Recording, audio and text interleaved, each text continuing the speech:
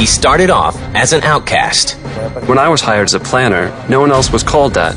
Back then, it wasn't easy for me to fit into a group. People sort of accused and attacked me as being this guy that didn't have any technological skills. Whose ideas were far ahead of their time. I would think that a video game idea like that where you don't kill anybody, that was probably a tough sell for Hideo Kojima. I know a lot of people complained that there was too much dialogue in the game, or the dialogue was, a little bit cheesy. It was just getting very frustrating and tough for me. I began thinking about leaving the company. But Hideo Kojima's ideas will create one of the greatest gaming series of all time. The whole industry is still reeling from the impact that Metal Gear Solid has done for the video game industry. He is an icon, there's no question. What comes from this point onwards is just going to be amazing. This is the story of Hideo Kojima's Metal Gear Solid franchise.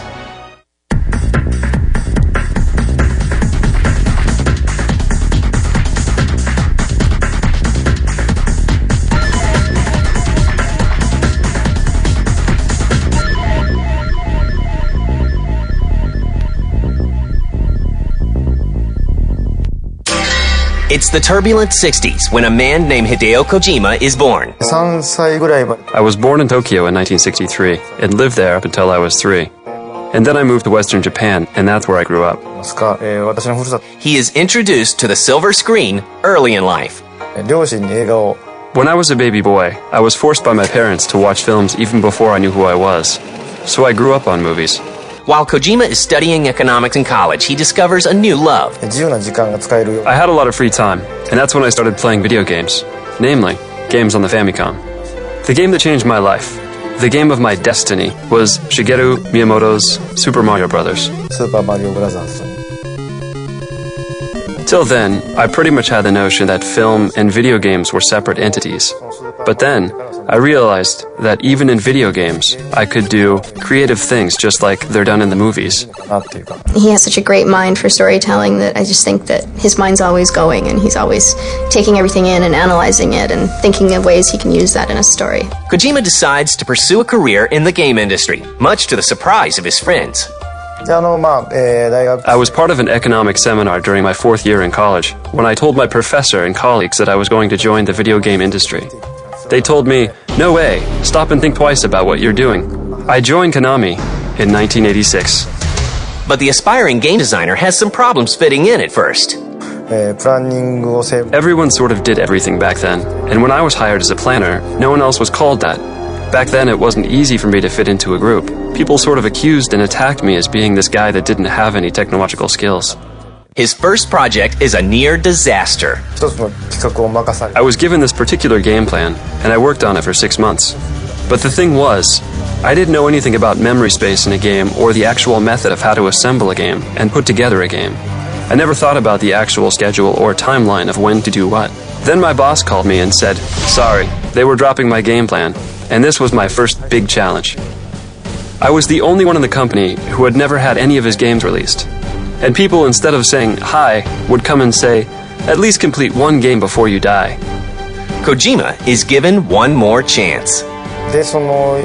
After the game was dropped, the company came to me and told me to create a combat game based on war. If I were to work on a game based on war, I wanted to do something more like The Great Escape, where you actually run away instead of shoot.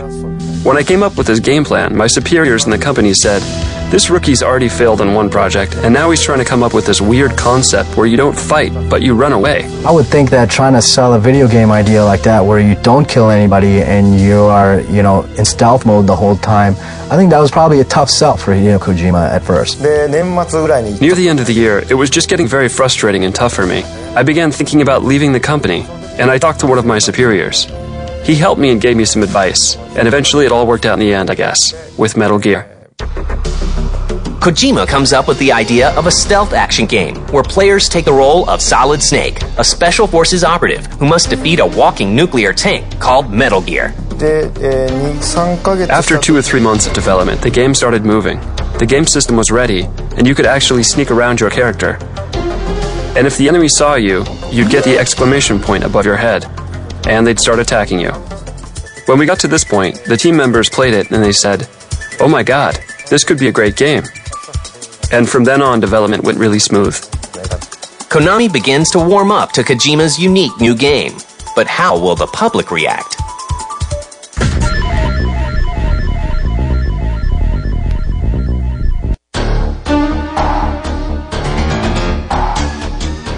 After a long, hard road, Kojima releases his first game in 1987, Metal Gear. The game was for the MSX system. It wasn't a big market, but when the game came out, it was really well received, and was ranked like number 1 or 2 among all consumer software games in the adventure or RPG categories. In 1988, Metal Gear makes its way to the US on the NES. Metal Gear was very different from all of the games that were popular on the Famicom at that time because it was not a run-and-gun, all-out action game. Since the MSX game of Metal Gear was very well received, Konami decided to port the game to the NES, and they got a completely different team to create the NES version of the game. It probably sold over 1 million copies in the US. It's no surprise that Konami asks for a sequel.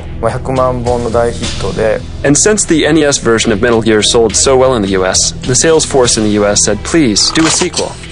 They started working on a sequel, and that was Snake's Revenge. First of all, I did not work on either version of the 2 NES games at all. So what they ended up producing was a game that was completely different. It was called Metal Gear 2 Snake's Revenge. The problem, of course, with this is that people who liked Metal Gear would play this and say, what the heck is this? This isn't Metal Gear. This is just an action game. So that was kind of disappointing. Snake's Revenge is not part of the official Metal Gear timeline. This guy I met on the train from the company said, Kojima-san, I worked on Snake's Revenge, and I'm personally a big fan of your original game. I'd like to see a sequel to Metal Gear done by the real creator, Mr. Kojima. When he said that to me, the idea got into my head and I started thinking about a real sequel to the game. By the time I got off the train and went home, the entire storyline was fixed in my mind. So I went to my boss at Konami the next day with a game plan, and he said, yes, let's give it a go. The only Metal Gear game that was not released in the United States yet was Metal Gear 2 Solid Snake, and this only appeared on the MSX system. Metal Gear 2 was released in 1990. After that, I started working on Policenauts. That's when I started hearing rumors about the PlayStation.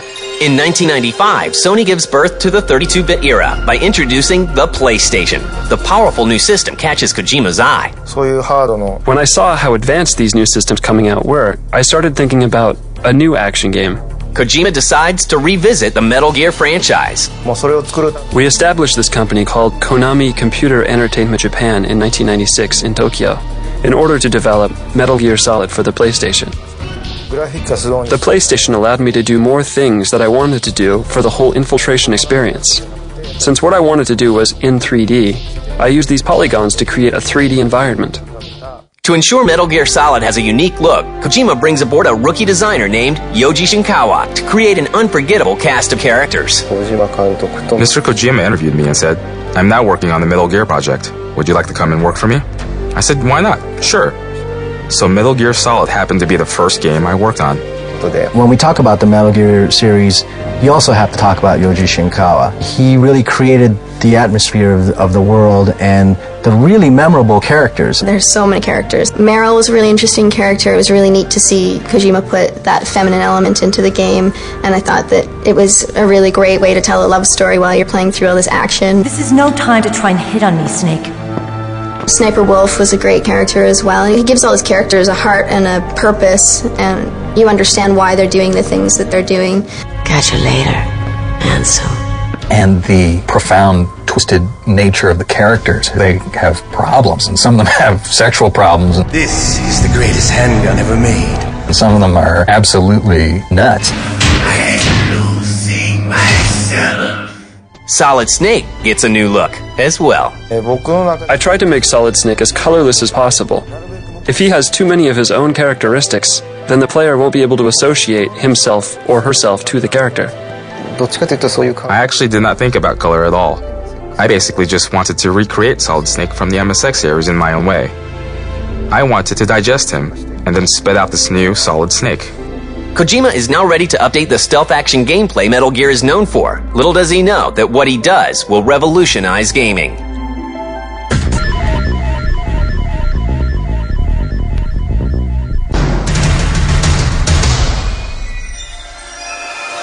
By 1996, the PlayStation has ushered in a new era of 3D gaming. Kojima takes stealth action gameplay to the next level with Metal Gear Solid. I think certainly the stealth element is the biggest influence on all video games today from Metal Gear Solid, and hiding behind walls. I mean, it's almost like if you're playing a game today and your character doesn't suck himself against the wall, then something's missing. You know, you gotta have that stealth element. It really defined the stealth genre. Since the game was such a hit, there was such a huge influx of stealth titles. I still think Metal Gear does the best. The tension when you're creeping around and you know there's a guard or somebody that's out, you know, looking for you, and you are trying to be so careful. Theoretically, I believe, apart from the bosses, you can get through the whole game without killing anybody except for the 6 main people that you've gone in to get. So I thought that was interesting from a gameplay perspective, but I also thought it was interesting from a morality perspective. And Kojima pushes the boundaries of game design by breaking through the fourth wall. Put your controller on the floor. I think what Hideo Kojima did with Metal Gear Solid was kind of take the gamer out of the game itself. When Psycho Mantis is talking to you and your controller is rumbling, or when he knows all the Konami games that you've played on the memory save, it takes you out of the game a moment, and you're like, wow, this is one heck of a game. You know, it can tell like what I'm playing, and it's taking you out of the, you know, just a little bit out of the game, and then it throws you right back into it. The moment where you realize you have to unplug the controller, that for me was just like, wow, that was incredible. One of the pinnacle moments in gaming for sure. Metal Gear Solid is unveiled to the masses at E3 in 1997. All we did was show a trailer, and what happened was the same people that were there in the morning at E3 were there in the evening. They were just watching it all day long. People were familiar with the Metal Gear series from the NES days. It was bringing that into a 3D form. People were hooting and hollering. I mean, it was a totally different reaction than what people usually had when they saw a video game on the big screen. I mean, they weren't even playing it. I mean, this is a video, and people were going crazy over it. Metal Gear Solid follows Snake's mission to stop a band of genetically enhanced terrorists who have taken over a nuclear weapons facility in Alaska. Well, Kojima's work is entirely visionary in that he doesn't follow the rules of what video games are supposed to be, and when he takes a game and turns it into a so-called cinematic experience, he doesn't turn it into what he thinks a movie should be either. I think he creates a perfect sort of hybrid. It was basically the movie-like presentation of Metal Gear Solid that really took people aback. When you first turned on the game, and it looked like the intro to a movie, and he's swimming around and the credits are showing, and then he gets out, and all of a sudden there's gameplay for a little bit, and you're introduced to the stealth element of it. You run into the elevator, and then as soon as you run in the elevator, the credits start rolling again, and he's pulling off his, you know, sub gear and everything, and, you know, chills are just going up and down your spine. And you're like, man, I'm ready to roll with this game. The masses finally get their hands on Metal Gear Solid in September 1998. Kojima's game turns the industry upside down. 350,000 copies are sold in its first weekend. It will go on to sell 6 million copies worldwide. When you have a great director take on a movie, you know, it really has that tone to it. When Quentin Tarantino does a movie, it has that tone to it. Well, when Hideo Kojima does a game, you feel it. I mean, he has a very specific view of storytelling and gameplay and how those two should interact. I knew that there wasn't anything like it, and I knew that if we did it well, it would be huge. They put in so much stuff in that game. There was humor. It's like one of my Japanese animes. There was seriousness and there was drama. That it was definitely more than a video game experience. In a way, the first Metal Gear Solid was like the first Matrix. People didn't really know what it was like, and people really didn't care about it. But once it came out, people loved it. Metal Gear Solid thrusts Kojima and Konami into the limelight. But how long will the fame and fortune last?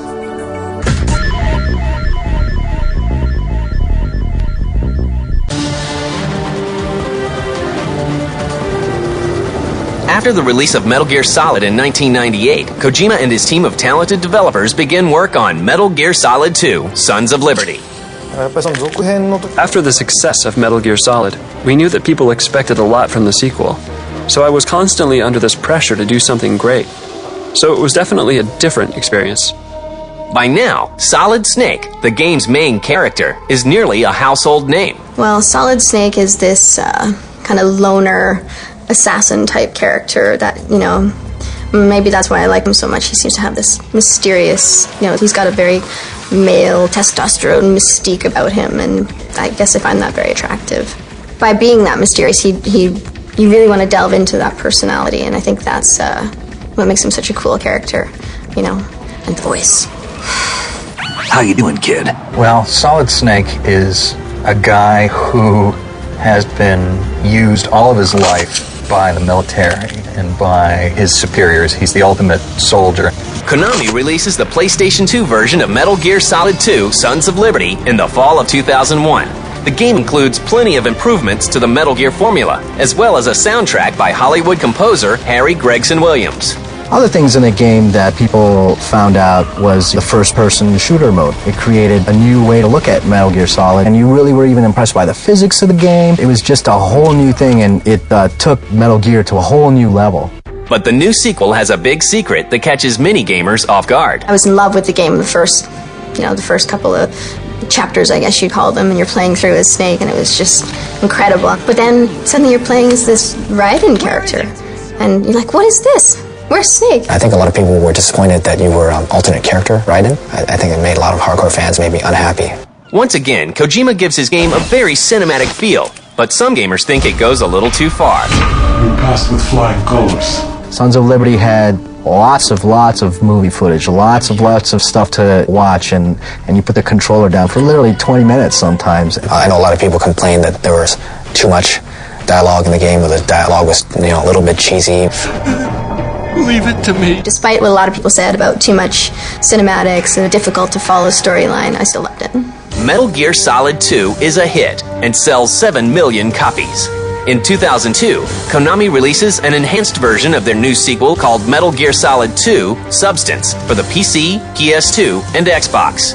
And in 2004, Konami releases a remake of the original Metal Gear Solid for the GameCube, titled Metal Gear Solid: The Twin Snakes. Well, the Twin Snakes game only was released on the GameCube, but it is based on the first game that came out on the PlayStation. It was also kind of a shaking of hands of two great developers, Miyamoto and Kojima. Apparently, according to the story, they were eating dinner one night, and Miyamoto said, hey, why don't you make Metal Gear for the GameCube? And the suggestion was as simple as that, and they went forward with it. Then they contacted Silicon Knights, the creators of Eternal Darkness, and obviously they were more than happy to work on the game. The remake updates the gameplay, and a renowned Japanese director is brought in to redo the classic cutscenes. My name is Ryuhei Kitamura. The way that Kid Morrison reintroduced and retold the story from just a cinematic standpoint, I think worked really well. The idea of incorporating all the Metal Gear Solid 2 gameplay into the original Metal Gear Solid game really worked well too. Meanwhile, Kojima works Metal Gear Solid 3: Snake Eater for the PS2, a prequel to the Metal Gear series.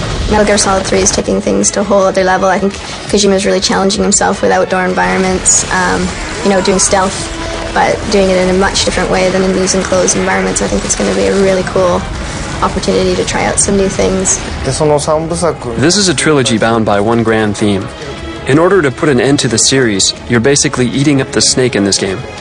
That's why I called it Snake Eater.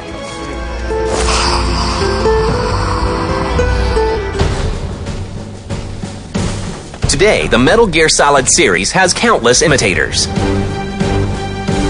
There's been a tremendous amount of copycat games, or games that are almost identical, or sort of mixtures and mergers of other sort of genres, but mostly have a stealth aspect to it. So people can imitate my games, and if what they come up with is enjoyable, I think that that's fine.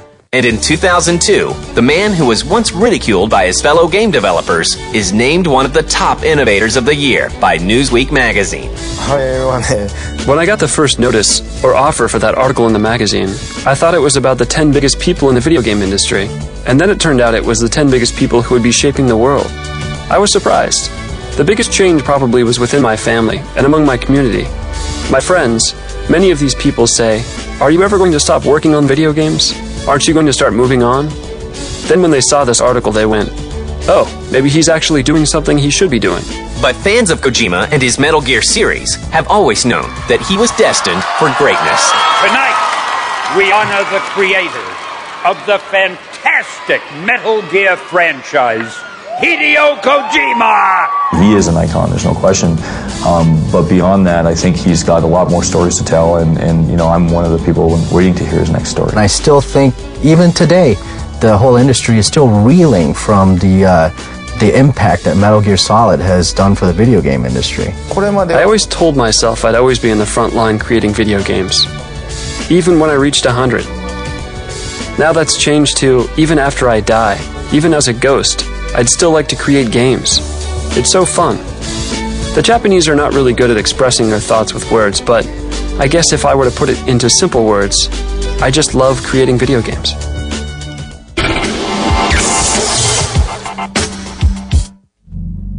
I hate Adam Sessler. I'd rather suck on a urinal puck than play this game. Why does he get to play video games and review video games on our show about video games?